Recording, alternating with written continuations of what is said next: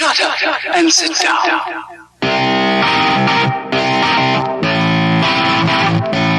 Well, we made it. Welcome to the first episode at Out of Curiosity podcast. We made it. I got my boy Juan. We got Kevin behind the mic. We got K Young. K Young. What's up? behind the mic. We got K Young behind. And yours truly, We Carlos. couldn't have done it without Kev. No, definitely we not. couldn't have done it without Yo, let me tell you, if it was up to me and you, I think I would have gave up. But for sure. Within For the sure. first 20 For minutes. sure. It was surprising to me. It was very surprising to me how much prep went into this. But this is the first time, we're getting used to this, so it's very like, what's where, what's with, like it's all that bullshit. Wait, but I feel like we should do a toast to this. oh, This is the first episode. Definitely. Let's do a Yo, toast. so y'all don't know, margarita, what's it called? Carlos, Uno más. K Young, we need you here. send us off with a toast. Hey, so this is my toast right here for 2022. Happy New Year's to everybody. Happy New Year's, everybody. Clap it up, clap it up, Yep, clap it here up. we go. Hey, Yep. nothing but success for me, for you, for K Young, and for anybody watching this podcast. Thank you so much for, wasting your time and watching us. Mm-hmm. I appreciate it. Cheers. Although nobody's watching us right now, but there will be. Anyways, I was actually surprised how much prep went into this, man. Of course, but that's how it I is. wasn't expecting. No, I know, but I wasn't expecting because you see podcasts and it's just a conversation. Yeah, but you already see the finished product. Yeah, you expect you You don't see what's going on. you have this idea that people just show up and just show up and record, and it's not that. There's so much prep that goes behind it. Yeah, and we're rookies, so Yeah. we have one guy literally just working everything. I mean, we've never done any of this yeah, before. I don't. We've never done any of this before. So Juan, how was your New Year's? New Year's was good. It was a chill year. I've been this last year towards the tail end of the year. I've been extremely focused. Any goals? Any goals you want to set? Yeah. What are your goals? At least give him some goals. So are you a New Year's Eve? Are you a New Year's resolution kind of guy? Of course, every Yeah. time. I was balanced myself based off the last year. Like you write them down though? Or no? Yeah, but to be honest with you, if I'm gonna be straight up honest with you, my last year was horrible. It was? Yeah, about a year. I'm gonna break it down to you guys. So I lost my dog, Charlie. I miss this guy every day. I feel like you should. Rest in peace, Charlie. I feel like you should specify what you mean by lost your dog. So I was in a relationship going into Is really- 2021. Is nobody gonna have a cigar with me? Nah. No. Okay. Okay, so I had a relationship going into 2021, right? Things didn't work out. She was very ambitious. I was very ambitious. We never had time. Shit just didn't click anymore. And I told her to stay with the apartment, stay with the dog, stay with everything, I think that's just the man shit to do. Why are So you're painting this picture like you're the best guy in the world, bro. No, I'm not the best guy, but I try to be like one, I try to act that way. I'm kidding. Anyways. But yeah, so I lost my dog, man. I lost my ex-girlfriend. I'm not gonna say her name. If I do say her name, beep it out. I'm gonna say it right now, beep it out. Bing bong. Beep. Yeah. So beep that shit out. Don't let that shit put on the podcast, bro. You can't. Nobody can know. But yeah, man, so I went back to my mom's house. I'm sleeping on the couch. Give us more insight as to what was going on. Did you guys how long were you guys together? 3 years. That's The first 2 years were amazing. I'm not gonna lie. The first 2 years were pretty good. But after the third year, bro, she started doing her shit. I started doing my shit. I went through a very rough path, especially after COVID. Like the first year after COVID, I lost a really good job I had. like economically, you mean? Yeah, Yeah. economically, man. I lost myself. I kind of lost myself. Yeah. I don't think me and you had this conversation before. I don't think people realize how much of a man's self-worth is attached to his ability to earn. Yeah, and I hate when people say, "Oh, don't worry about what you're making right now." No, of course, I'm gonna worry about it right now. I have to feed my girlfriend, my dog. You guys also We specify live you in a guys were living very together. yeah. We live in a very expensive neighborhood. We Yeah. live in a very expensive apartment. Yeah. We love going out and shit. So the fact that I at that moment couldn't take out my girl to eat, That fucks with a guy's head. yeah, that fucking destroyed me. So Yeah. I don't want to hear about oh no, but shit goes up, shit goes down. No, of course, yeah, it's easy to say that in in hindsight. I understand that sentiment too in the sense that, look, I move in circles with people that have good amounts of money, and the people that I move in those circles with, there's a reason they say that, and there's a certain confidence that comes from having come from nothing and made it there, And I'm telling you because I saw one of my best friends almost go broke last year. And I'm talking about a guy that had the Rolls Royces, had the Lambos, had the houses, and his business went to shit. And I watched him pick himself up. And I remember it was really insightful. I had this conversation with him and I told him, like, hey, you're essentially for the last 4 or 5 months, you've had no income. You don't look worried at all. And his answer to me was something that I'll carry with me forever. It was very interesting to see because I was in a similar position as you where I'd be in situations where weren't ideal financially, or I had built something. I had just built a company that recently closed, and I was stressing about it. And so his answer was something that was really kind of it became a guiding light for me in that way. His exact words to me were, I was happy when I was broke. I was happy when I was rich. It makes no difference to me. He told me, I've done it before. I can do it again. And I can do it again. Ah, it's only a matter of time. That was very interesting to me. To have that level of confidence, to know that you're essentially going through your savings, right? Off of all these millions of dollars that you made on the back end. And you're not worried at all. That's all it's about, bro. Just betting yourself, but you have to pull through. You have to believe in that. Like, you have to be like, hey, you know what? And also be knowledgeable. But either way, K Young, how was your New Year's? Everything good? Everything was good. Just relaxed with the family, with the bird. I have a little Quaker parrot that talks. This guy K Young. So K Young has a fucking parrot. I don't know what color. What color is he? Blue. I call him my little Articuno. He's like a mini Pokemon. He doesn't have a dog. He has a parrot, guys. Just to let you know. Hilarious. But this guy's the best producer in the game. I'm built different. He's built different. He's built Our different. producer's getting cocky. So- we give him a few nice words and he's getting cocky. Man. On us. Hey, K Young, any goals you want to set? Did you set any goals for you? Well, to be part of the #1 podcast.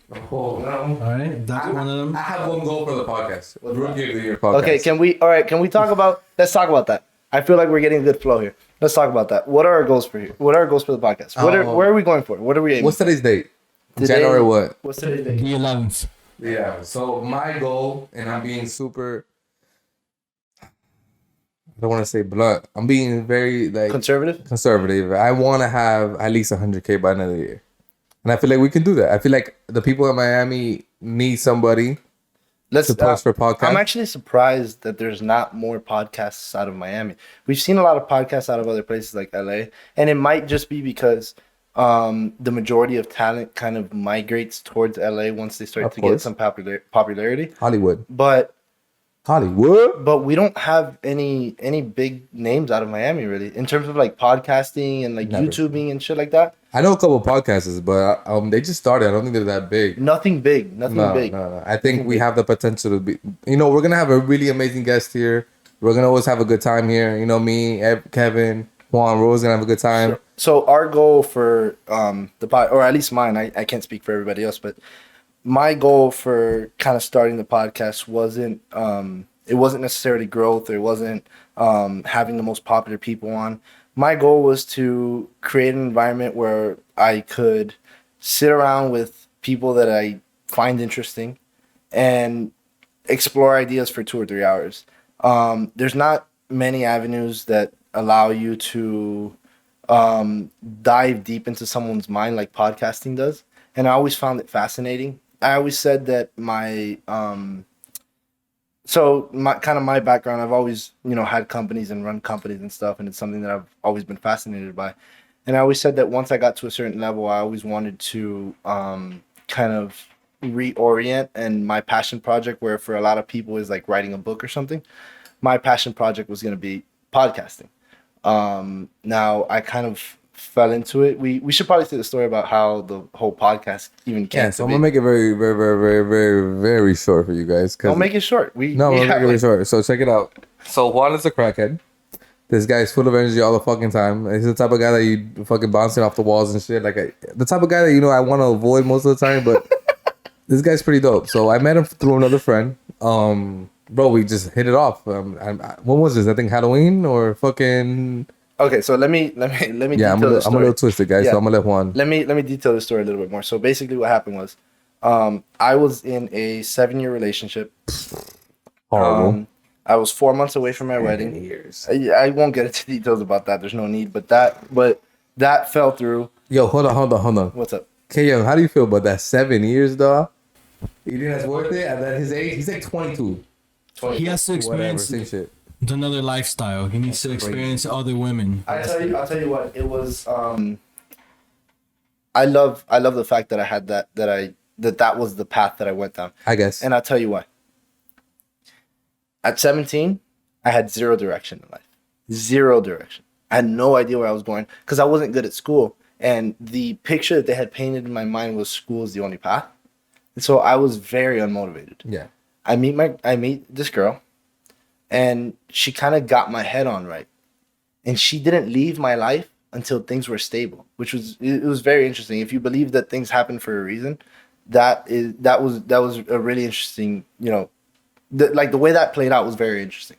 So she built a foundation. She helped me build my foundation for sure. For sure. There was no way in hell that I was gonna, I started my first business when I was 17. I was making $100,000 by the time I was 18. Like there was no way that I was gonna do that without having Of course. the support system of a female. He's really lucky. You know what I got when I was 18 or 19? Fucking psychopath. And I fucking blame him for the person I am today because God fucking damn, I had the worst girlfriends when I was 18, 19. Even up to like 22, 23. Honestly, I got very lucky. She was my first girlfriend. Yeah, no, bro. My second girlfriend, shout out to the girls if you're listening to this shit, bro. Fuck, God damn. I'm talking about like show up at your crib at 4 a.m. type of shit. Like, yeah, that's wild. Yeah, I've never had that. I have a funny story about that. To build a fucking foundation. I have a funny story. So anyways, she, like, just having that female structure in my life, and not only that, but that source of motivation helped me build a lot. And once I had my company stable, just the way things played out, she left, and then whatever. That's not the point I'm trying to make. So after we break up, I had spent most of my energy was spent on her, and so I didn't really have a friend group like that. And at the gym, I meet our mutual friend Vic, and then shout out to Vic. Me and Vic hit it off, and then through there was that I met Carlos, the God. Thing. So this guy killed my train of thought every time. So I had always wanted to start a podcast, and then once I had a podcast with a friend that I was going to start, and that kind of fell through. I met Carlos at a party, and we were both kind of fucked up. And then I knew that Carlos, he hasn't told you his history, but he was kind of involved with Instagram and stuff, and his cousin has some popularity on Instagram as well. And so because I knew that he was involved in that world, I kind of randomly in my drunken state just, hey, what if we start a podcast together? He turned to me like a light bulb hit, and he's like, hey, let's do it. So from there, we've been planning. That's what, like 2 months ago, maybe? Nah, I don't say 2 months. Like I said a month ago. Today was fucking horrifying. No, because I had to sit down on the couch and wait for these motherfuckers to set shit up. Juan is a fucking perfectionist. He wants everything to be like fucking I don't know, Joe Rogan type of shit. Perfect, yeah. And Kevin's out here fucking following his lead, and I'm like, bro, let's just start this shit. I have a hard time. I feel good. I feel great. So we should probably preface this by letting everybody know that we took an Adderall before this. Yeah, no, it's not Adderall. I don't know what the fuck this guy gave me. So you're telling me the shit I just took is from India? Listen to me and look at me dead in the eyes right now. You told me the shit I just took right now. The largest manufacturer of this pill is based out of India. So I took something from India. Yes, that's a fact. Yes, that is a fact. Yo, K Young. What the fuck? I'm the fuck it guy of the friend group. You just give me a pill, I'm like, fuck it, let's see what happens. Fuck it. No, this guy will basically do heroin if you have to. No, I have 100%. I have. So Juan, this is the question I wanted to ask. I have what I call controlled impulsivity. Who the fuck is this guy? If you see these thugs in your front yard, just know I'm going hard. Bing bong. So anyways, yeah, so modafinil, I heard it from this guy, from Jordan Belfort. If anybody doesn't know who Jordan Belfort is, it's the original Wolf of Wall Street. Yeah, go watch Wolf of Wall Street, bro. That's a great fucking movie. By the way, one of the best movies ever made. I don't know about the best, but What? it's definitely up there. Really? I think the best movie ever made is Titanic. What? I'm just being straight up. I mean, I watched the shit when I was 6 years old and I was fucking mind blown. Okay, can we agree that Leo is probably the best actor out there? Yeah, definitely. I love Right? Leo. Best actor, yeah. Wait. I have an interesting question for you. Did you watch Don't Look Up? Yeah, of course I did. What a fucking movie. Mind fuck. What a fucking movie. To It's me- not even a mind fuck. To me, it was a mind fuck. I mean, I know they're trying to make fun of the type of world we're living in right now. I mean, when it comes to so what they're trying to do there is that they're trying to make mainstream and celebrities be more important than what's really going on in the real world. I disagree. Yeah, that's exactly what the movie is. The movie is that they're like trying to distract you with what mainstream is, which is celebrities and everybody that's famous. That's more important than what's going on in the real world. Like everything when it comes to global warming and shit. I So think- everything. Okay, so when you turn on your phone right now, what's the first thing you see? You see something about Drake. You see something about Rihanna. You see something about, I don't know, your favorite actor, right? Am I right or am I wrong? Okay, yeah, but to me the movie had nothing to do with celebrities, but go on. Yeah, of course. That's why they had Ariana Grande. I disagree. What do you think the movie's about then? I think Without getting so fucking crazy. I think the movie was an interesting philosophical play on the political divide that we see in the country today. And it was interesting to see the way it was portrayed to like its most extreme form, but it was really interesting. Like they didn't play sides at all.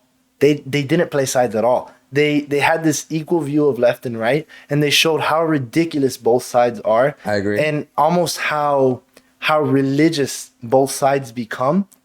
The further and further we move down the road, especially for important topics like you're about to die, essentially. Yeah. And it was a refreshing take on the current environment in politics, just because you don't see a narrative that is very down the middle, and I think you're starting to see it a lot more now with like independent journalists and stuff. But for a long time, it's been either you were very left or very right, and it was interesting to see a movie play on the fact of how ridiculous both sides are, and how when you get so far in the extreme of either side, how religious it becomes almost. And I like especially the way the movie ended. That was very insightful to me. Like it was really interesting. The fact that at the end they played all these Spoiler politics. warning. They played all these games, and what did he say? Did he say we're not recording? Spoiler warning. Spoiler alert. My fault. Motherfucker, you can't fucking just go. My bad. Sorry, guys. We're going to go ahead and switch to another topic because the bad. guy's about to spoil the whole My fucking bad. movie. No, for you. spoiler alert in 3, 2, 1. Spoiler? What do you mean? Spoilers already happened. The movie ends with them dying, and it was just interesting the way they resorted back. Like the moral of the story was, at the end of the day, the most important thing is love and family, and it was interesting to watch them like finish the movie in that way, where they know exactly what's coming, and they're spending it with the time and the people that matter the most, and then that's the end of the movie. It's a great fucking movie. Like just from a philosophical perspective, it was very interesting to me. You know who killed that Also, movie? I watched it You high know who as fuck. killed that movie? Who? Jennifer. What was her name? What's the actor? The girl name? That was Hunger Games? Jennifer Lawrence, of course, she killed that movie. I think she killed that movie more than fucking Leonardo, and more than when this other guy, what's his name? El Gordito. You can't speak Spanish on here, sir. Fuck, what's the fucking name, bro? I forgot his name, but whatever. Yeah. I think her acting in that movie was amazing. Anyway. The movie was very impressive to me. It wasn't impressive. It was interesting To me, it wasn't impressive. It was a good movie. It was a good movie. I think they're trying to capitalize on what's going on in today's world, but I feel like it was a little stupid. It got a little stupid at the end. Like the whole fucking reptiles eating these motherfuckers when they get to another planet and shit. Like that was funny, but that was just the ending of the movie. It's kind of like when Marvel ends their movies with it's kind of like when Marvel ends their movies with like a cliffhanger. To me, that was it was that play. The entire movie was really interesting to me. So you think this is a really good movie? I think this is a great movie, and I don't only think that I know that. The numbers show that. This is Netflix. Yeah, of course, because they have the best actors in the This game. is but they've had other best actors before. They had what was that movie? The Irishman. There was a mafia movie That with big movie names. was trash. It was trash. I agree. I agree, best but movie- they. the But best you know, movie- Scorsese. Fucking. I think if Yeah, I'm not Scorsese. mistaken, Scorsese directed that. The best movie in the game right now on Netflix that was produced by Netflix is Six Underground. I've never seen that. I've never seen that. Have you seen Six Underground, KN? I've never seen that. But what I was saying is the numbers line up with that. This is Netflix's highest grossing movie of all time. Of course, baby boy, because they got Leonardo. Listen to me. Above Anything that Leonardo touches. above Squid Games, above what's that? What's the other fucking Stranger Things? Above all those movies. I agree, but you got Leonardo, baby boy. That's like having fucking LeBron James in your I team. agree. Top to me, that movie was top 3 movie for me. Of all Now, to time. me, the best Netflix movies is Six Underground. Okay. What else do they have? They have so many movies that they dropped that I can't even fucking keep up. By the way, the actor you were thinking of was Jonah Hill. Jonah Hill. Jonah Damn, Hill. how did I forget about Listen Jonah to Hill, me. bro? I love Listen to Jonah me. Hill so much. Listen to me. Behind Leo, Jonah Hill is my favorite actor. And I love when they do movies together. Yeah, because they have a good chemistry. And I love when they do movies together. Top 3 movies for me, all include them 3. Them 2. Top 3 movies for me, most likely in this order. But not Netflix included. No, in this order. War Dogs, Okay. Wolf of Wall Street, Okay. and Don't Look Up. No, I don't think Don't Look Up is that much of a good movie. Great movie. For me, Fucking incredible. For me, my best movies is definitely Bad Boys 2. Shout out to Miami. You feel me? 305 till I die. Shout You out to already know Will what I Smith and mean. Martin Lawrence. That's the fucking amazing movie. Bad Boys 2. That's a great movie. Number 2, I love Titanic, bro. Call me a fucking whatever you want to call me, a pussy, Lover whatever. boy. But that movie made me, bro. That movie made me realize how to talk to a girl. That movie made me realize how to fucking seduce a girl. Like that movie showed me, yo, it's not about the looks. Did you see that scene when she spits out of the fucking ship? When she's No, you never see that? No. Bro, I fell in love with this bitch, bro, when she started doing that shit. Like, damn, you can spit like a man, dog. Like, you feel me? No, So it's I remember that. it's definitely Bad Boys 2. It's definitely Titanic. And if I had to pick a third one, it's pretty hard now, bro. But like, if I had to pick a third one, I don't know, man. If I had to pick a third one, let's see what else. Kim, do you have a third one that you could recommend? Well, The Wolf of Wall Street is Wolf of great. I don't know about Wolf of Wall Street. You're not a fan of that movie? There's The Revenant. I liked it, but Training Day. Training Day was Training fucking Day is dope. a hell of a movie. Training Day was fucking dope. Training Day is a but hell I of a don't think movie. it's my favorite. Like, Bad Boys is up there too. Bad Boys no, might be Bad number Boys 4 2 for me. Bad Boys 3 was trash. 3 you said? Bad Boys 3 was trash. Trash. Bad Boys 1 is my favorite. Bad Boys 2. 2? You know what? I know what I'm gonna pick. Jurassic Park. What? Yeah, Jurassic Park. Okay, this is an area. This is why I'm gonna tell you Jurassic Park. Jurassic Park, when it comes to the movie and the ride, did such a change in my life that you don't understand. Like that theme song, anywhere you go. I mean, you can put that theme song anywhere you go. You can walk into a party and put that fucking theme song, and you go. Anything that has to do with the producer, with this motherfucker. What's his name? We're gonna sound like idiots if we don't get this nigga. His name. You can't. Let's do. Can we do the first one? Kev, can you pull that shit up? Well, what's the name? Well, I can't believe I forgot his name. The best producer in the game. I should know about it, but wait, hold on. Kev, I can't believe you don't know who this guy is.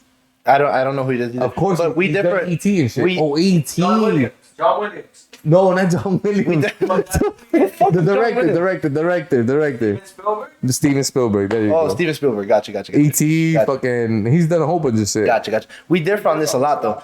I am not a fan at all of any like sci-fi type movies. You're fucking. Like, really? Superhero Why not? movies. Why not? And just make it very quick. Why not? Are you not afraid of a fucking anything that's not real?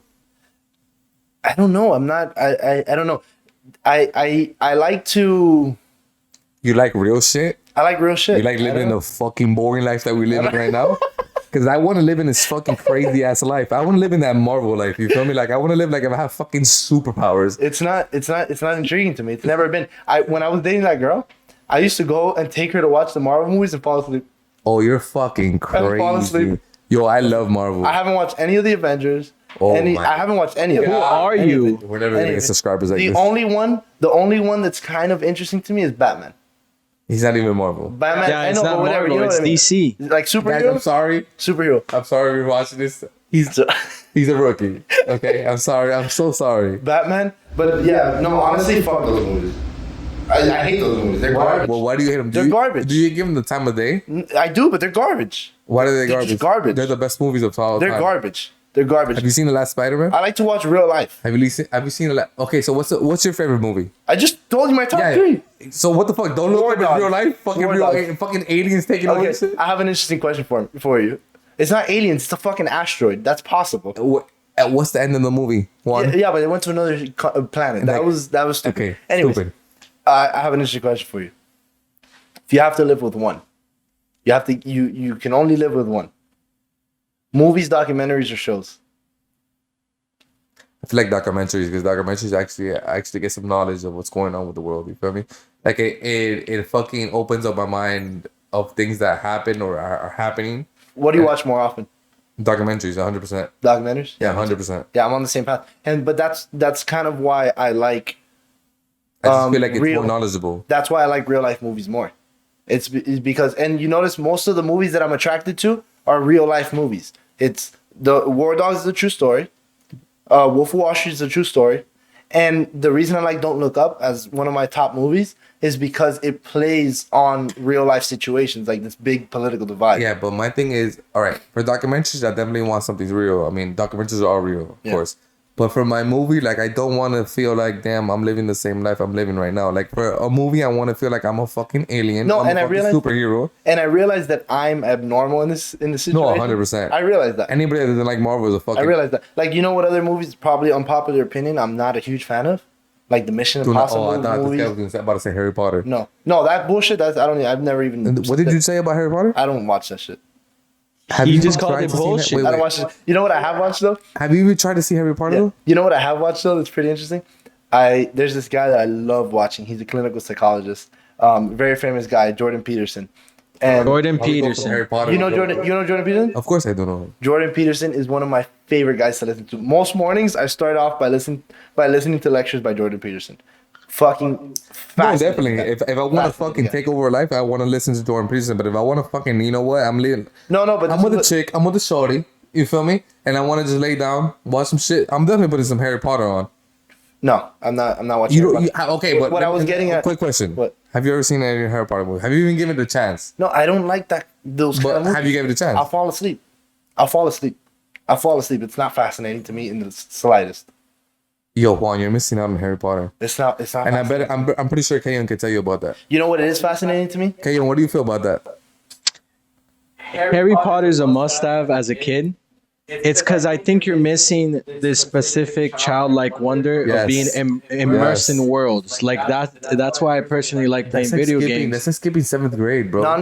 Non-fiction movies and books are not fascinating to me in the slightest. Like Are I you a don't fucking robot? I don't read. I'm weird in that way. I don't read like if I'm gonna read, I've never read a non-fiction book. It's not fascinating to me. Things that fascinate me are like concrete things. I'm fascinated by numbers and science and like that kind of shit fascinates me. The reason I brought up Jordan Peterson is because Jordan Peterson will take these movies down. So Jordan Peterson has this theory, which is it's not really a theory, it's kind of fact, that art tends to mimic reality. And so, in other words, like art evolves quicker than reality does. And so typically we tend to express ourselves through art. And so he breaks down a lot of these like classic movies that have lasted a long time from the perspective that they must have lasted a long time because they mean something to us from an evolutionary standpoint, like in order for us to evolve. And so he breaks down a lot of these movies like Pinocchio, like Harry Potter, and he breaks them down from like a philosophical perspective, and it's very interesting. He has like 3-hour lectures on them. It's so fascinating to me. But I'm obsessed with this which shit. is cool. But I'm I feel like obsessed with once this you shit. start breaking it down, it's like, damn, I want to be fucking fascinated. That's why I love going to Universal. I love going to Universal because I like being fascinated. I like going in and feeling like a kid. That's my thing. I like feeling like a kid again. I feel like you're never gonna get that back again. I agree with that though. You're I never agree. gonna get that feeling of, you know, when you go out somewhere and you feel like, damn, the world is so fucking big. I agree with that. I'll tell you something.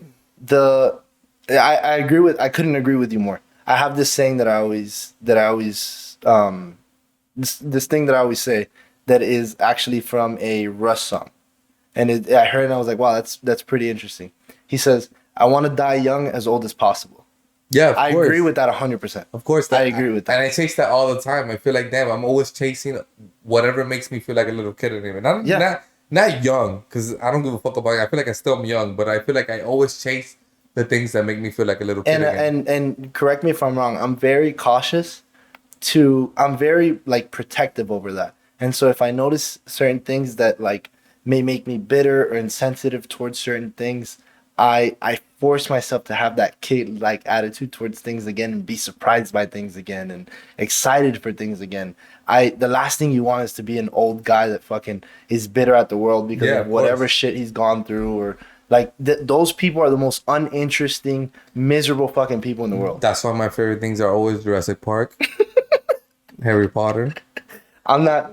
You feel me? Like if I go to Universal or Disney World, I feel like damn, those things make me so fucking happy because damn, this shit reminds me of a time where nothing was a stressor. Nothing. I didn't have to pay any bills. I didn't have to pay anything. I didn't have to do anything. All I had to do was wake up and live life as a kid, and I loved it. That's why Jurassic Park to me. When I hear that fucking theme song, you want to hear something interesting? I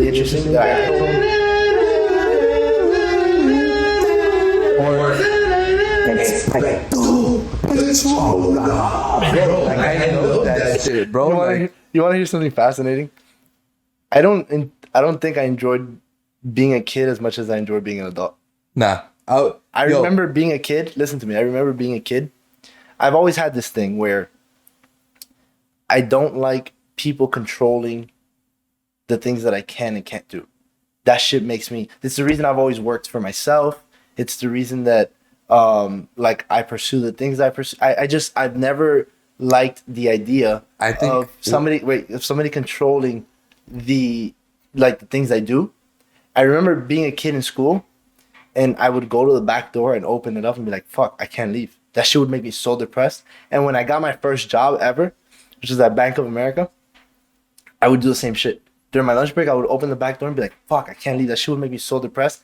I really never enjoyed being a kid. It wasn't until I became an adult. I had fun as a kid, but I didn't enjoy that I didn't have autonomy as a kid. Like I just didn't enjoy it. It bothered the fuck out of me. That's the problem. That's why you don't like anything that's a throwback. Because I love everything. I enjoyed everything about being a kid. I enjoyed having no responsibilities. For real, I didn't. I enjoy waking up every morning on Saturday and Sunday night, having to watch cartoons in the morning. I disagree. And having my cereal. Oh my God. My parents, and I think my mom, not even my dad, because you know what? Life happens. I'm not here to share on anybody, but my mom was my mom and my dad. And I thank my mom for that because my mom literally gave me the best. My mom, my grandma, and my grandpa gave me the best childhood I can ever imagine. Like, I had never, ever thought about the real world when I was a little kid. Really? Everything was handed to me as it should be. I feel like when you're 10, 11, 12 years old, you shouldn't have to have any structures in your life. If it happens, it happens. And if it makes you a better person in the future, it does.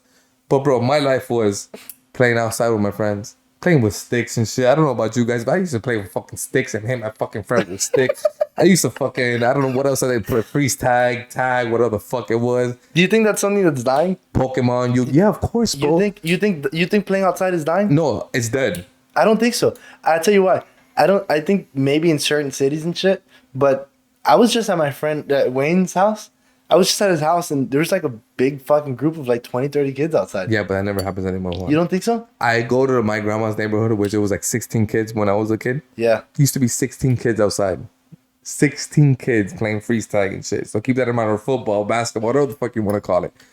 And every time I pass by my grandma's house, there's not one kid outside. I think that's an issue. I don't think we're seeing the repercussions of it yet because we're just experiencing the first generation that grew up with like internet at its height. We grew up with both. Yeah, we grew up with both. We're the last generation. Which is the best balance. We are the last generation. Like I remember my mom having a beeper, but I also remember having an iPhone. Like kids that were born now, they don't have that. They were born with an iPhone in their pocket. And I don't know if it's a good thing or a bad thing. I mean, maybe it's just the natural evolution of the world and like we're going to end up being the old fucks that don't understand these kids. But I can't imagine that I can't imagine that there's a positive societal benefit in terms of like socializing. Like Yeah. people are used to socializing now in these like in one of two ways. Either through Instagram showing the best part of every fucking day of their life, or on these little one-liners on TikTok and on Twitter and shit. Yeah, which is the Like- problem too, because Like that's not how you communicate. This is how you communicate. Instagram, all you're doing is showing the best part of your life. And You're not showing when you're struggling. You're not showing when you have your downside. I think the biggest one is Twitter, and I'll tell you why. I don't even look at Twitter. I think the biggest one is Twitter. I don't look at Twitter either, but I think the biggest one is Twitter because it's become one. You're limited to this 140 characters or whatever the fuck it is now, 210 or whatever. You're limited to that. Number one, and number two, because you're limited to that, you're almost incentivized to say the most ridiculous shit, so that you can get a reaction from it, and like that's not how you communicate. I could guarantee you that if we get one of those people that disagree with any of us and you sit them down on the couch, right? And you have a discussion, you can find some kind of middle ground, even on the most radical of points that they have. Yeah, of course. The problem is that because they're pushing these little one-liners and the algorithm pushes these one-liners so heavily, it's like, how do you there's no room for discourse. It's only the most radical shit that gets pushed. Yeah, but that's Twitter. Twitter, I mean, that's social media. Social media, you're having a conversation through a screen. You're not having a conversation. You're not seeing and feeling the person. Yeah, that's a big thing. I think Instagram. I think Instagram is the worst one because I think Instagram is you're only posting the best angles. I mean, I'm talking about physically now. Yeah. I think I'm Instagram. talking about just a physical aspect as for a girl, like if we were having a daughter right now. I think Instagram is the worst for females. Yeah, I feel like if I have a daughter right now and she goes into Instagram, she's gonna be fucking depressed. You know why? Because these beautiful girls, and don't get me wrong, they are beautiful girls. They take the best pictures, they take the best angles, they filter it out, and all they're showing is, I mean, whatever makes them happy, but all they're showing is tits and ass. Something that's been really interesting to me to see is I didn't realize how prevalent that was amongst females, like how much they compare themselves to other females. And that's not like a knock on them, it's just something that, like, for whatever reason affects them heavily, like to see somebody to see the best side of another female on a constant basis, for whatever reason affects them. Because I don't know about you, I don't think that affects us as much as guys. Like, I've never looked at another guy and felt sad because he looks better than me. You have? Yeah, really? I have. I consider myself a good looking guy. But there's times where I look through Instagram, I'm like, damn, I'm very competitive, bro.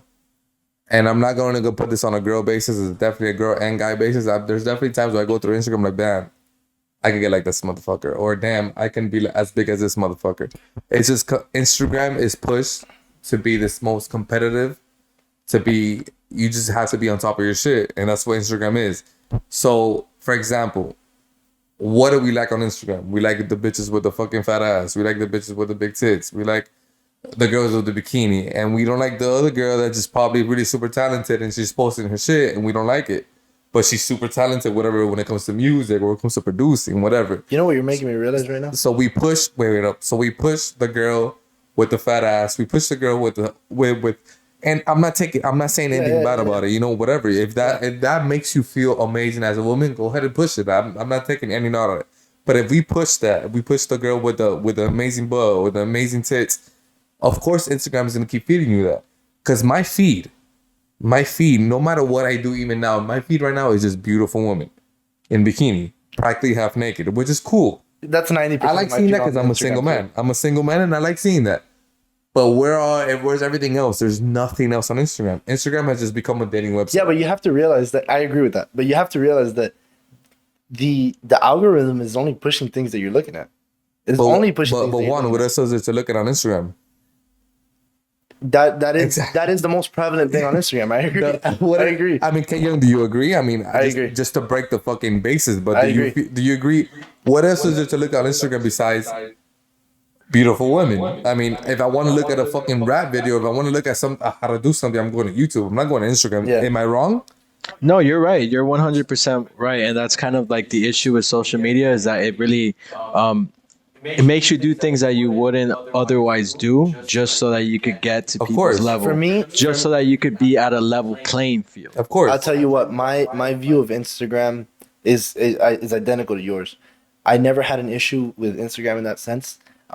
because the entire time that I was in the 7-year relationship, I didn't have any social media. That's why. And so it never became something that was super prevalent in my life.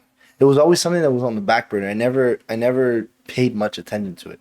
And I think that was a great thing. I didn't become very heavily involved in social media. It's a gift and a curse, to be honest, because it's a gift and a curse because I didn't become involved in a lot of these meaningless like pursuits, but it's also a part of daily living now almost. And like I've heard a lot of parents talk about this idea that you're gonna like restrict your kids from like using social media and shit. You can't, and I'll tell you why you can't. It's becoming such an important part of daily life that if you don't do it, they're gonna be so heavily restricted. And what made me realize it was us starting this podcast, how heavy Instagram is and how heavy and how heavily important tech stuff is, like what Kevin is doing behind the mic and shit, with the editing and all this bullshit. That's very important now. It's extremely important. Like the metaverse, the metaverse, right? Yeah, we'll get into that. The NFTs and fucking Soon. it's extremely important. So if you restrict your kids from that, essentially what you're doing, you're essentially you're handicapping them in the future. And so I feel like we haven't found a place. Social media is probably something that should start to be taught at schools, like how to properly use it, because right now social media is just a place to do one of two things. It's either a place to flex, or it's a place to show how it's a place to Promotion. to pander. Social media should be a promotional tool. To me, when I see these girls, unless you're making money from it, when I see these girls or guys that are posting for absolutely no reason on a regular basis, I almost feel sorry for them, because there's no way that when you're really looking at it, most of these moments on social media are manufactured. And so it means that the things that you're posting on social media are actually the times that you're having the least fun, because it's manufactured.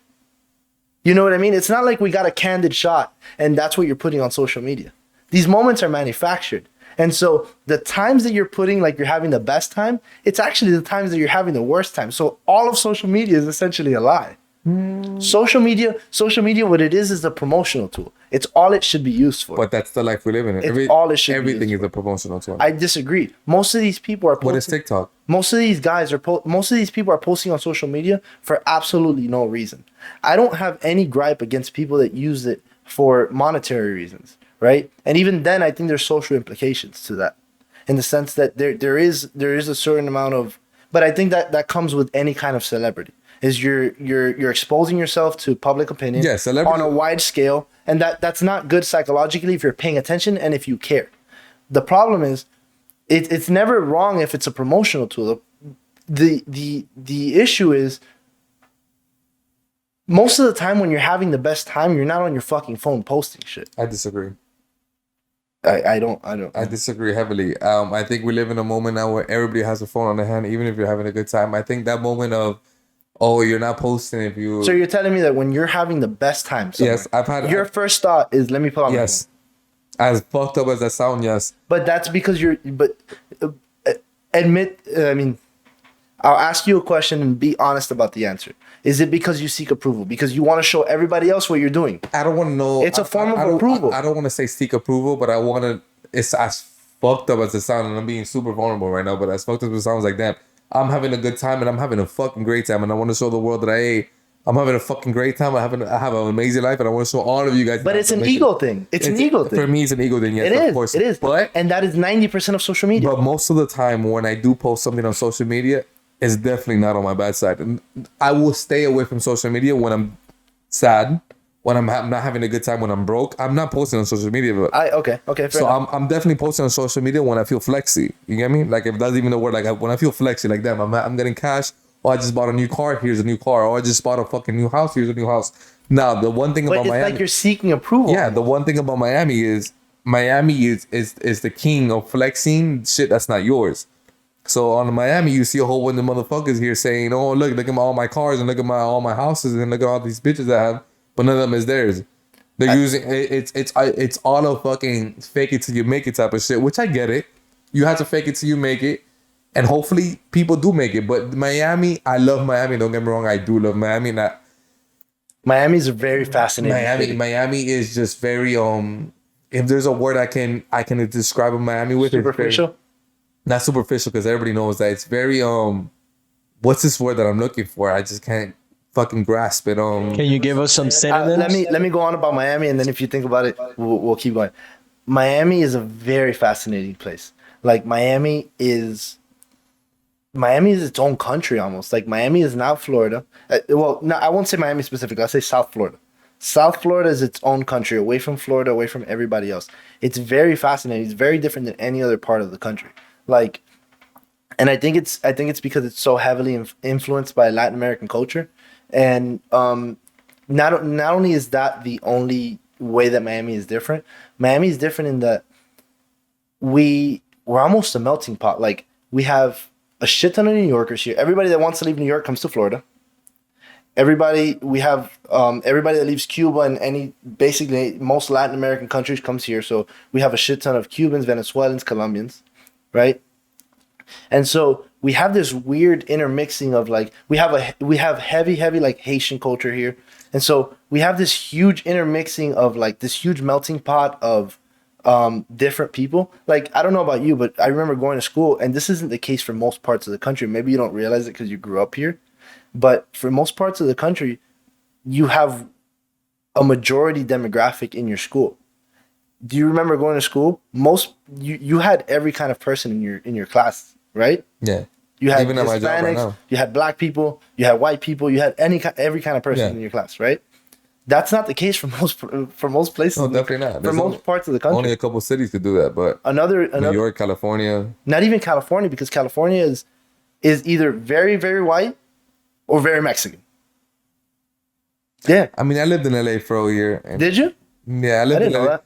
There's Isn't it very like heavy? Couple Mexicans, couple white people, couple African Americans, a lot of Italians, But a it's lot not, of Italians. But it's not as It's not culturally like Miami. diverse. It's as not like Miami, but Miami makes it different because Miami, everybody comes here in Miami. So, but Miami's main flex, everything, you only matter in Miami if you have money. Money is king. Or you have clout. Money is king in No, Miami. actually, look, LA is all about clout.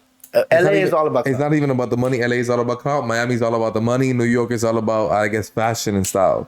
Yeah. So No, I disagree. So you were right about the last two. New York is just all finance.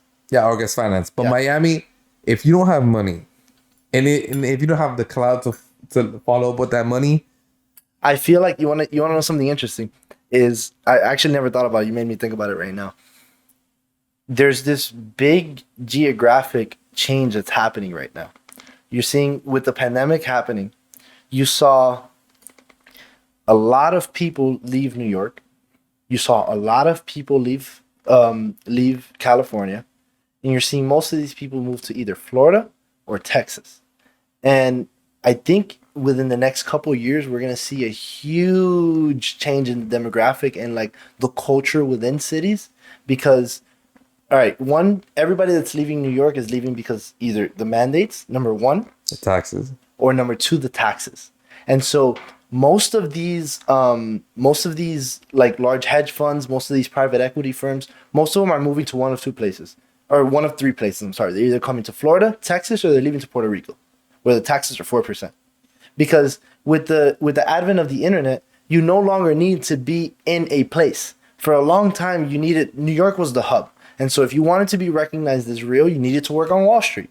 That's not the case anymore. With the advent of the internet, you can reach anybody at any place, at any time, through Zoom, through video call. You can fly them out, whatever the case may be. So you don't need location anymore as much as you did before. So you're seeing this weird intermixing of demographics and people, and we're seeing a lot of New Yorkers move out here.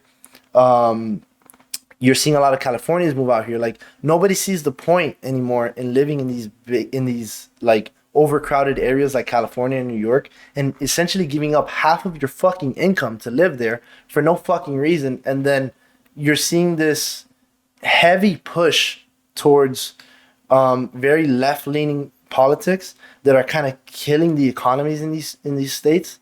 It's going to be interesting to see the way these states evolve demographically, politically, as time goes on. And another thing that's heavily changing in Miami is you're seeing a big move in tech over here. Which I don't like. I love that because I can't. I love that. I can't fucking buy a house now because everybody from New York is moving to here. I can't buy a fucking house now because everybody from California is moving over here. So that raises the price on everything. Yeah. I can't fucking me as a guy that makes with 3 sources of income makes about 90 to 100K of fucking let's say on a best example, let's say I make 100K a year. I can only get approved for what $350,000 house. There's no fucking 350,000 houses in Miami. So these motherfuckers that are coming from New York, I love you guys, whatever. But you're coming from New York, you're coming from LA, guys people that used to make you're gonna see. I don't know, over $100,000 that he used to pay $6,000-$7,000 a month. Making $1 million in New York is nothing. They're coming now and they're making a market. Yeah. And now I can afford a house now in Miami because $1 million. Millionaires are coming from California and New York, and I can fucking I can buy a house now by myself because I'm literally by myself. So now that forces me to move out of Miami. So it's kind of like a double-edged sword. Okay, but yeah, I agree. But Miami has a very interesting culture in that this is another way that Miami differentiates itself very heavily from the rest of the country. It's this. We have a very, very large city, right, in Miami. So you have Brickell, you have downtown Miami, you have all these areas. And you also have Fort Lauderdale, right? But you drive 20 minutes and you're in the suburbs. And you see a huge difference in prices between the houses in the suburbs and big difference in the houses in the city. That doesn't exist in most cities. Like if you're living in San Francisco, you're paying $2-3 million for a cheap ass house. If you're living in New York, you're paying $7,000 a month for a 500 square foot apartment. One, I love you, but I disagree. My grandma lives in the fucking hood, and she can sell her house right now because we tried it and we put it up for sale. She can sell her house now for $420,000. Me, you, and Kevin cannot buy a $420,000 house by ourselves. Me, you alone could probably afford the $420,000, but barely. Because you know how much you need to make $400 in order to qualify for a $420,000 home. Me and you need to be making around equivalent to about $90K each. Yeah, but I think that might be just because the bubble and inflation. But I think that not necessarily inflation. I think that might just be the product of prices steadily rising over time as they tend to do. No, but the thing is now from people moving from New York and California, they're creating a market. They are. You're right. And now I love Miami. I love the whole fucking culture of Miami. I feel like there's no other city about it. But to me, Miami is the best city in the world. I love Miami, in order to live here, you need to be well off. You need to be at least making around 300, 400K. I disagree. There's no way you can live here. I disagree. Look, wait, hold on. Yeah. As a person trying to make it on my own, if I'm making 90, 80K, you think I'm going to go here and buy a house that's 500K? No, but when I can go up north or down south and buy a house just as big, if not bigger, with way more, let's say more square feet or more acres, with half the mortgage, half the price. You think I'm gonna bust my ass and come to Miami and get a $500,000 house? That's probably what a 2-3 in the middle of whatever the fuck it is. Let's say this. Let's put it in fucking a decent place. Miami Lakes, a $500,000 house was not even that big. You know what I could do with $500,000 in Homestead? You know what I could do with $500,000 and even a little up north, more of going forward in Fort Lauderdale. You know what I could do with $500,000 with fucking Georgia? I disagree. I agree. I could buy a fucking mansion with $500,000. I agree. But I think that is. But I think what I'm trying to say is when you compare Miami to other metropolitan areas, we're not as expensive as New York would be or as California. We passed them. What? We did? We passed them. No, we didn't. There was an article. We just became, I think, either the second or we're the first most expensive. Kevin, can you pull that up? Yeah, we're either the first or second, if I'm not mistaken, as of 2021. We're either the first or second most expensive place to live in the whole United States. Really? Passing California, if I'm not mistaken. That's actually fascinating. And Kevin could pull that up. I know that everybody from California. I know that recently, for the first time in history, Fort Lauderdale passed Miami in the price of real estate. Recently. Bro, it's getting ridiculous out here. No, something that does make me excited about Miami is what's the stats on that, Kevin? What do the numbers look like, Kev? Alrighty, as of October 2021, Miami is now second. Who's number one? New York, I told Los you. Angeles is third. Los Angeles is third. We passed Los Yeah. Angeles. Where does bro. where does San Diego stand at? Let me find out for you. But that's as of this year, right? As, As of of 2021. as of October Oh, 2021. but that's That's oh, crazy, bro. that's wild. But that's because California is fucking ridiculous with their COVID shit. Yeah, everybody's That's coming true, over here that's and they're true. creating. That's what I'm trying to tell you. They're creating a market. Something that makes me excited about where does San Diego sit on that list, Kev? I just want to know. It doesn't tell me, but I'll find out. Yeah. Something that makes me excited about the something that makes me excited about this change that we're seeing is the hub of crypto is Miami. The hub of crypto is Miami, which means that the future will evolve in Miami. Which We're is gonna that- be like the Hollywood of crypto. no. Essentially, what we're seeing is, which is why it makes me so excited that we're living here, is if you look at Silicon Valley, right? It's a very tight circle. It's a very closed circle, right? The fact that we are a part of the new direction that the world is going in, it's essentially the environment that Apple was bred in San Diego, which is what it ended up creating Silicon Valley. A lot of these tech companies, it's essentially what Uber was created in, and Facebook and Instagram, and most of these were started in this one hub of Silicon Valley, because the culture was there. And so you're moving in these circles, you're talking to these people, you're kind of getting a vision almost of what the future looks like, what steps humanity is going in. The movers and shakers in this industry, you're seeing the things that they're trying to push. And so being the hub, being that we live in that hub, it's very exciting to me because in that lies a lot of opportunity. A lot of opportunity. It's the kind of opportunity that you don't see very often. Like there's very few times within an individual's lifetime that you see revolutionary ideas that kind of carry through generations. The last one that we saw was 2001. Was when Amazon was bred, Instagram, Facebook, all of these big social media companies, all of these big tech companies. That was the last like revolution in essentially, I guess, the human race and the direction that we're going in the future. The next one is crypto, the blockchain, and NFTs and the metaverse. And all of that, although they're a decentralized system, most of it is centered here in Miami. That shit is exciting to me. That shit is so fascinating to me. Yeah, that shit is definitely exciting. Especially when it comes to crypto and That's something that I feel like I need to delve deeper and deeper into. It's there's a lot of intricacies in it, and I feel like I missed out on that whole Bitcoin cryptocurrency wave, and I haven't missed out on it. I think we're still at the infancy of what this is, but I definitely missed that ground floor. Like I remember hearing about this fucking years and years ago. And so many millionaires and billionaires were made off of this cryptocurrency boom. I think that next boom comes from the metaverse, the NFTs, not necessarily from the art. I think the art was almost the incentive to get people like interested in this thing. I think it goes much, much, much deeper than that. I think it goes much deeper than that, especially if you start to see a move where, like, I think almost the government is almost perpetuating the rise of Bitcoin by printing more money on the back end. Like they're pushing all these social programs and printing a shit ton of money. Like there's this crazy fucking statistic that I heard recently. 80% of all the money that was ever printed in the history of the US, 80% of it was printed in 2020. That's fucking wild.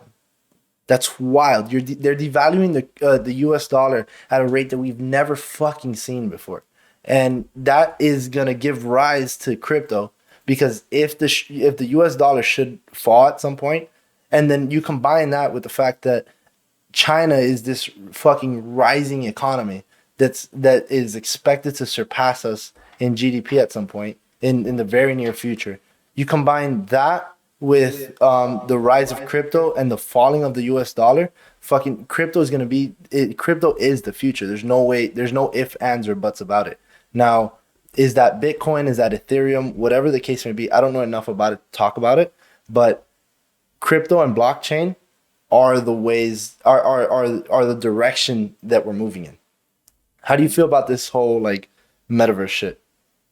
I like it. How do you have you like dive deep into it? I haven't dived deep into it, but I still don't really fucking get NFTs. I feel like NFTs are just a way to clean money. Like if you want to clean art, To launder money? yeah, of course. Like how people buy But like I mean, $50 million worth of fucking art, and it's just bullshit on a fucking. but that was I could be wrong, yeah. That's true. No, no, though. you're That- right. that but is true. I feel like it's just the way to launder money, and I feel like NFTs is the way to launder money, but it's also a good way to fucking make some profit as well. That was the case for a while. But it's right now it's an investment vehicle. What I'm trying to see it as is how does this evolve into something that society needs, not necessarily as a form of investment. I feel like society's never gonna need NFTs. I feel disagree. I feel I like disagree. NFTs are just a way to just clean money, or if you want to make a profit off money, like let's say me and you are your average Joes, and you want to, hopefully get into an NFT that will cost like what $100, $200 to mint. You buy it, you hold it. Let's say you get a super rare, because at the end of the day, once you buy an NFT, you don't know what the fuck you're gonna get. You're gonna get a rare, super rare. I don't know what the fuck is. There's just like 4 qualities you could get. Let's say you get a super rare. You buy it for $15. You hold it. Eventually, that $15 is gonna turn into what? 1,000, 2,000, 4,000. 3,000, Yeah. 4,000, and of course We you flip actually it. have a whole group of people at our job. Yeah, that we our does whole this trace every room. day. We have shout out to Johnny. Shout out to Johnny. Johnny. My Shout boy out Johnny. Johnny. Every drop for NFT, he's always on it. He's always on it. He has, I don't know what NFT he has right now, but every drop he has a group chat that lets him know, hey, like this is about to drop. Go ahead and get. So he literally like 20 minutes before he's already clicking the buy button. So this is why I disagree that it's just a form to it's just a way to launder money. For profit. Bitcoin, it's an investment vehicle at some point. At the end of the day, it's an investment vehicle right now. I'm trying to look deeper into the future and see where does this fit into our evolution with technology. I agree that a lot of people use it to launder money. Of course. 11. But 11. Shout out to 11. You bought a fucking $500,000 ape. But That's to launder money. no, I disagree. Apes, that's an investment. vehicle. That's an investment vehicle. One. 11, the strip club buys a 500. I don't know. I don't want to put this exact number. I don't know what the exact number is.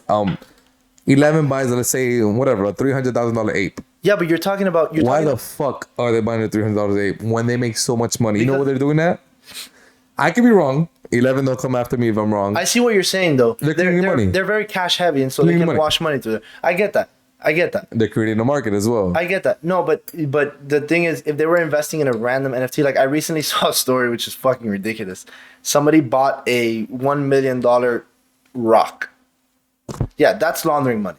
But Of course. but a bored ape is something that already kind of has credibility. It's kind of like the the cool punks or whatever. Yeah, I they're called. guess you could be like I have a fucking ape. Or, Yeah, but they're in the just. cool group. It's not to say that I have a fucking ape. It's. I think it is. I don't think it is. Well, part of it is. Part of it is, but they're not fucking rappers, so it doesn't matter. They're doing it in the hopes that they can sell it for a few $100,000 more. How much more are you gonna sell it for? They're like, how much are they going for? Like It 300,000? doesn't matter. All right. Okay. You're gonna think you're gonna sell it for $1 million? Logan Paul. Listen to me. He bought one of those. What are they called? Cool punks. Yeah, cool punks. Cool punks, whatever. You know what I'm talking about? Big style cool of punks. Miami. Yes. Cool punks. Logan Paul bought one a few months ago for $150,000. He got an offer like 2 or 3 days ago for $750,000. Sell it. Yes, of course. But what I'm trying to say is, it's an investment It's a vehicle. bubble. On one end, it's an investment vehicle. On the other end, it's used to launder money, but I don't think that you can tear this entire industry down because it's used to launder money, and I'll tell you why. Originally, Bitcoin was that. Bitcoin was only to launder money. No. Bitcoin, listen to me for a second, and I know this for a fact, and disagree. I'll tell you how I know this. It's the way to hedge your money. You want to know how I know this? Yeah, it is now. Not back then. You want to know how I know this? It's the way to hedge your money. I'll through tell you how I know inflation. this. I'll tell you why you're wrong. I dated a girl that her she has a long family lineage of U.S. military veterans. Shout out to all the veterans. And her dad works for the Pentagon. And her dad's main job is counterterrorism. He heads groups on counterterrorism. She got tipped off to, I don't want to say that. He knew about Bitcoin when it was less than a penny. And he knew about it because people were using it to launder money. What is Bitcoin today? It's not that. It's digital gold. It's not. Exactly. And so what I'm saying is I'm trying to see past the people that are using it to launder money and see where does this go in the future? Because for a long time, the metaverse made no sense to me. It still doesn't make sense. But I heard somebody on Rogan's podcast the other day, a comedian, that was talking about him using the metaverse. And it shifted my perspective 100%. And I'll tell you why. He's like, he's telling the story about how whatever day of the week, say every Tuesday, he gets together with his friends that live in other states. They put on these goggles and they play fucking pool and talk shit and drink at their houses, right? That's where it makes sense. That's where the evolution of the metaverse comes. It's not this we're living in this virtual world. It's how do I connect with people that I normally can't connect with or that are too busy to connect with me in a way that where it's more interactive. Because if that wasn't the case, you wouldn't play multiplayer games on a video game with your friends. It's the same thing. If you're playing pool in a fucking with goggles on and you're competing against your friends, think about how fun that would be. Imagine you lived in fucking Texas and Kevin lived in fucking California. And every Tuesday we were able to be in the same room and play a game together and compete, bet money, drink, get fucked up together. That's fun. That is where the evolution of this metaverse thing comes. It's almost enhancing social interactions, but not really. Because you're not really with the person.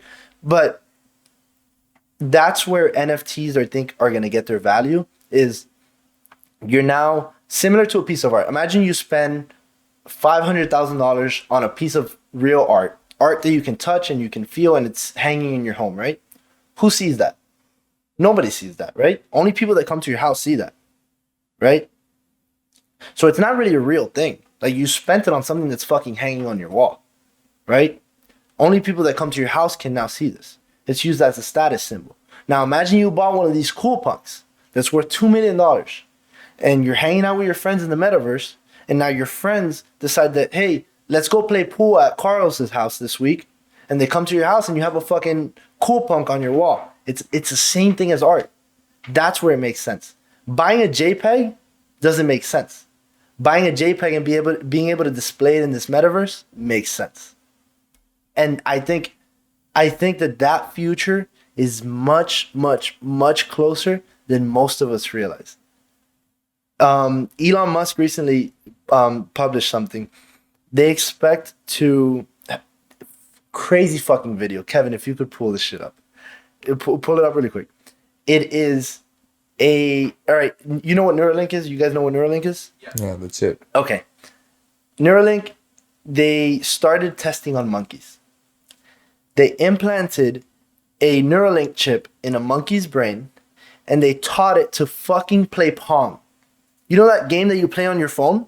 When you were a kid on your fucking flip phone? This monkey learned how to play Pong. He knows how to fucking play it. It's fascinating. I think that is the next step. Neuralink, you have it, Kev? It's a simple game on screen using a joystick. If he moves the joystick the right way, he gets a banana smoothie. But all the while, the game is using the chip inside the monkey's brain to train a computer to understand his movements. The Neuralink chips are surgically implanted inside Paige's skull. They connect to his brain via more than 2,000 electrodes, each one about 1/20th the width of a human hair, and implanted in the regions of his brain that control hand and arm movement. Each time the monkey moves his hand left or right, that movement begins as an electrical signal in his brain, an impulse that eventually sends the message down his arm to move his hand. But the Neuralink implants read these signals while they're still inside the brain, before the monkey has even moved, when the movements are still just intentions. He had this idea, Elon, that artificial intelligence, because of its ability to learn on its own, will inevitably pass human intelligence. They have the ability to think much quicker. They have the ability to learn much quicker. They're not restricted by a lot of the things that the human mind is restricted by. And so his idea was, if we can increase the ability for the human mind to process information, if we can increase the bandwidth that humans can think, the level of that humans can think on, and the speed at which they can learn, then we can compete with AI. That was originally his idea. The implications of him saying that Neuralink is going to be implanted in people by 2022 is fucking wild. It means that with, most likely not with the initial iterations, but as the technology progresses, you're talking about schooling almost won't be necessary, because you'll be able to think of something and have the answer right away, as if you were Googling something. You won't even have to pick up your phone. And we're seeing this like huge transition in that direction. That Tesla is releasing a phone. Their plan initially is to have the Neuralink implanted and you'll be able to operate the phone without having to operate the phone. It's fucking wild. I think, in my opinion, that's the evolution of the metaverse. That's the direction that I see it going. It's going to start with goggles. Eventually, it might go to some kind of augmented reality glasses, which we're seeing Apple working on right now. And then from there, I think you'll see an evolution into chips being implanted, and God knows where the fuck we go from there. Because how do you operate as a human civilization if people don't even leave the fucking house? Think about it. Okay. Think about it. And what's going to be even crazier is if we get this, imagine getting this chip. Like let's go real far fetched on this. You get this chip, fuck the Googling and all the intellectual shit. You can change the things you see. So I'm looking at your ugly ass, and I can make you look like Brad Pitt. I already like Robert. I'm on board already. Yeah, I already like him. Imagine that. You have the ugliest bitch standing in front of you, and she looks like fucking. Yeah. Like, how do you? The world is gonna change. I think within the next 10 years, the world is gonna be something that we don't recognize. I agree. I think the world is gonna be something we don't recognize. I think even more so than what we're seeing with what we saw with Amazon and all this bullshit. Thank you guys for listening. Out of curiosity, subscribe, like, follow, whatever the fuck. First episode ever. Yeah, first episodes ever. I think it went pretty well, huh? I think it pretty decent. Pretty decent. Yeah. I think we started off slow, and we caught a good stride. Good work, boys. Love you guys. Love you guys. We out. We out. Shut up and sit down.